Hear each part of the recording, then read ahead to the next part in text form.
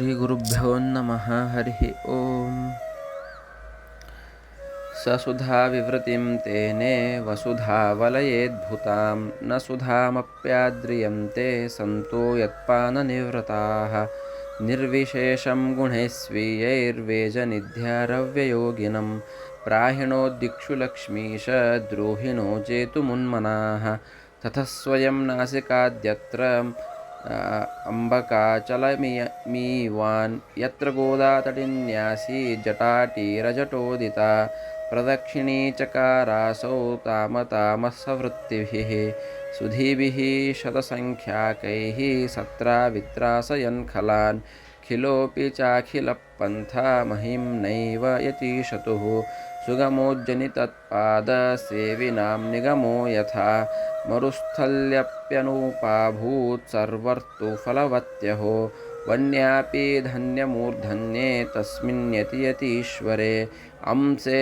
ವಹನ್ ರಘುತ್ತಂಸ ಪ್ರತಿಮಾಮತಿಮಾನುಷೈಃ ವಿನತಾನಂದನೋ ರೇಜೆ ಚರಿತ್ರೈಃ ಪತ್ರಿರಾಡಿವ ನೈತಿ ವಿಪನ್ನದುರ್ಭಿಕ್ಷಂ ನಾಧರ್ಮೋ ನ ಚ ವಿಗ್ರಹಃ ಪ್ರಜಾವಾನ್ನಮವ ವನ್ಮಾರ್ಗೇ ಯತ್ರ ಯತ್ರ ಚರತ್ಯಯಂ ತತ್ಕೋಮಲಪದನ್ಯಾಸ ಧನ್ಯಾ ಭೂಃ ರೇಖಾಧ್ವಜಾತಪತ್ರಾಬ್ಜ ಚಿಹ್ನೈರಾಸೀದ್ವಿಚಿತ್ರಿತಾ ನಾರಿಕೇಲಾಮ್ರಪನಸರಂಭಾದ್ಯೈರ್ಗೌತಮೀತಟೆ ಚಿರಾತ್ಕೃತಾರ್ಥತಾ ವಿದ್ವನ್ನಿರ್ವಿಷ್ಟಪ್ರಸವೈರ್ಯಯೇ. ಶ್ರೀಕೃಷ್ಣಾರ್ಪಣಮಸ್ತು. ಹರೇ ಶ್ರೀನಿವಾಸ. ಇದುವರೆಗೆ ನಾವು ಕೇಳಿದ್ದು ಶ್ರೀ ಜನಾರ್ದನ ಸೂರಿ ವಿರಚಿತ ಶ್ರೀ ವಿದ್ಯಾಧೀಶ ವಿಜಯ ಮಹಾಕಾವ್ಯದ ಸಪ್ತಮ ಸರ್ಗದ 61ರಿಂದ 70 ಶ್ಲೋಕಗಳವರೆಗೆ.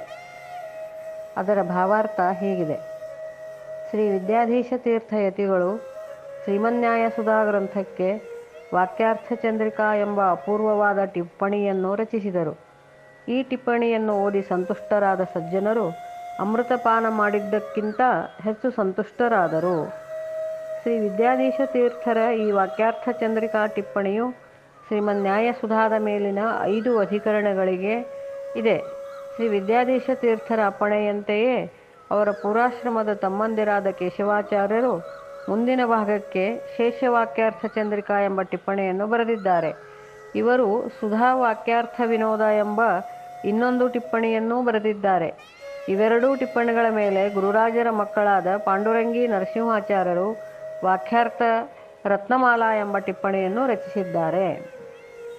ಶ್ರೀ ವಿದ್ಯಾಧೀಶ ತೀರ್ಥರು ತೀರ್ಥಯಾತ್ರೆಯನ್ನು ಕೈಗೊಳ್ಳಬೇಕೆಂದು ಆಲೋಚಿಸಿ ತಮ್ಮಂತೆ ಗುಣವುಳ್ಳವರು ವಿದ್ವಾಂಸರೂ ಆದ ಶ್ರೀ ವೇದನಿಧಿ ತೀರ್ಥರೆಂಬ ಶಿಷ್ಯರನ್ನು ವಿಷ್ಣುದ್ವೇಷಿಗಳನ್ನು ಜಯಿಸಲು ಕಳಿಸಿಕೊಟ್ಟರು.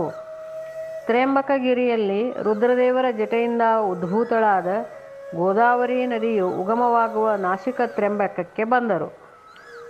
ಶ್ರೀ ವಿದ್ಯಾಧೀಶ ತೀರ್ಥರ ಗೋದಾವರಿ ಪ್ರದಕ್ಷಿಣೆ.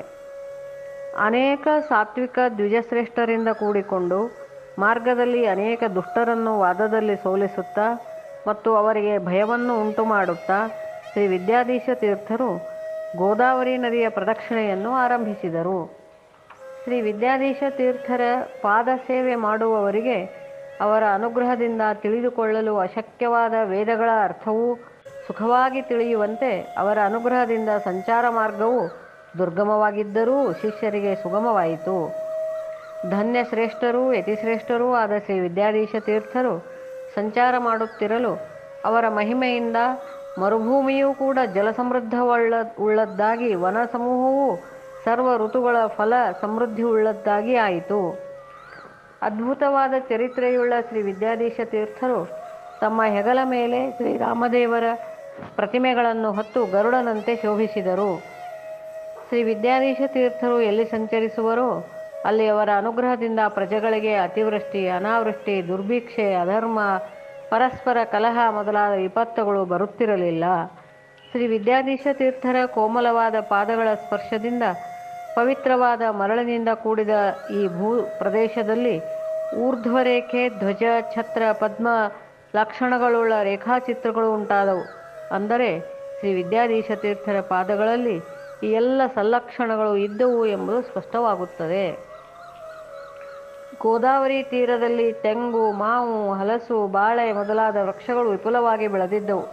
ಶ್ರೀ ವಿದ್ಯಾಧೀಶ ತೀರ್ಥರ ಜೊತೆಯಲ್ಲಿದ್ದ ವಿದ್ವಾಂಸರು ಈ ವೃಕ್ಷಗಳ ಹಣ್ಣುಗಳನ್ನು ಭೋಗಿಸಿದ್ದರಿಂದ ಆ ವೃಕ್ಷಗಳು ಕೃತಾರ್ಥತೆಯನ್ನು ಹೊಂದಿದವು.